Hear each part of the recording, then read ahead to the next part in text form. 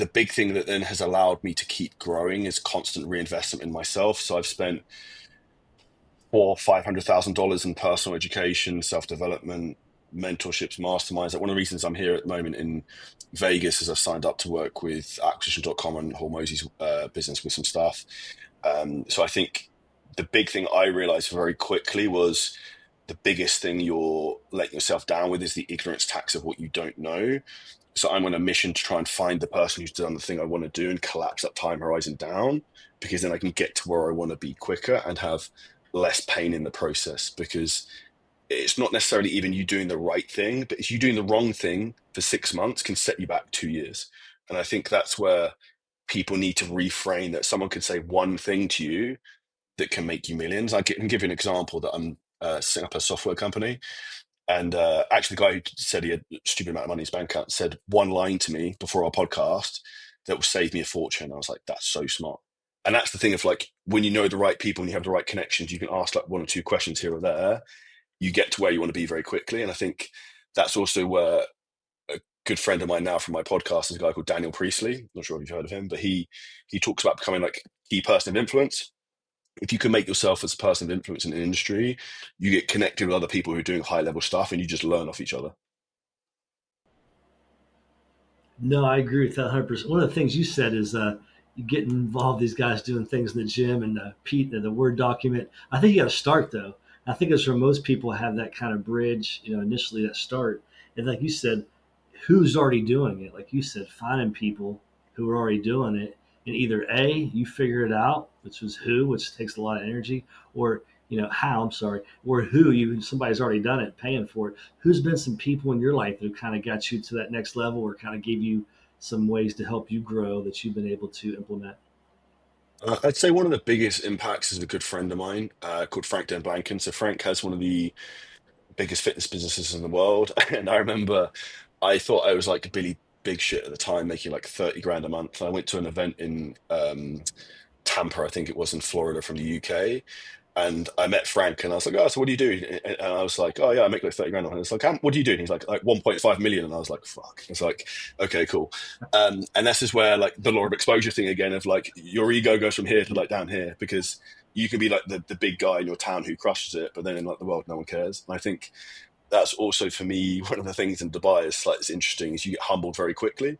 Um, like I do reasonably well, but I'm a minnow compared to other people there. Like I got invited to go and do help someone who owns a timeshare business.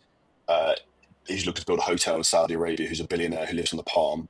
He wanted some advice in marketing, so I went to his house on the Palm, and I was like, "There's levels," and I think that's where for me, I think a few key pivotal people like Frank, they've helped me a lot from the skills perspective. But I think the big thing actually was really like opening my eyes to realize, okay, this is what's possible. And I think from that experience I had is why I've been very passionate about creating that environment I wanted when I was younger, where we have all these coaches who are doing big numbers. Because when you see someone else is doing it and actually meet that person in the flesh, you're like, well, he's just a human being. So like if he can make 200K a month, like why can't I do Yeah, it?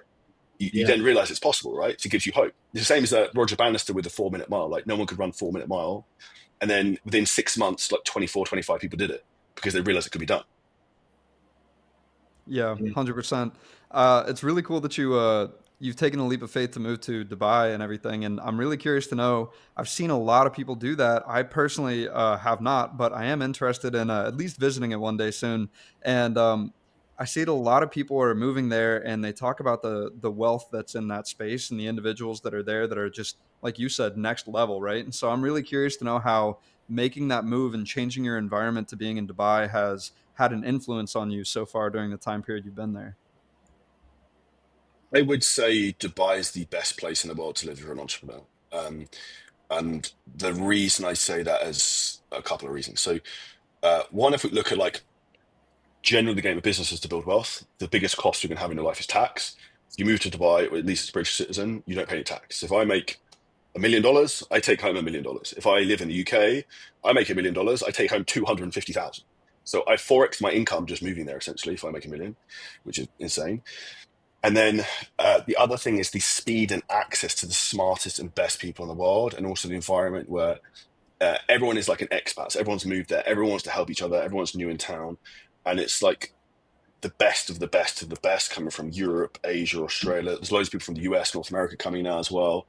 And the good thing is, it's actually a small city. Everywhere's like half an hour away, so it's very easy to connect with people who are on the same wavelength and also collaborate. Because I think if anyone's looking to build an audience to get traffic, that's one of the quickest ways to do it is by collaborating with others. And I think when I was in the UK, I lived just outside of London. But if I'm going to go and collaborate with someone in London, it's take me 3 hours to get there. Whereas now it's like I have a couple of people live in my building who have got like massive followings who I collaborate with. I just go up the elevator. So it's like that's the difference, I think, is the speed and the access. And also I'd say, even from a lifestyle perspective, when I live there, I'm either working or I'm enjoying myself. I have bad sounds, I have a housekeeper, my car's clean for me, like food's delivered. I don't do anything other than work or enjoy myself. And I think the more you can realize what the value of your time is, you can then really pour into your business full bore. And I'm either working or I'm almost like trying to recover from work, if that makes sense. If you want to save time on watching all the episodes, but still get all the gold nuggets that we find from interviewing these 7, 8, and 9-figure entrepreneurs,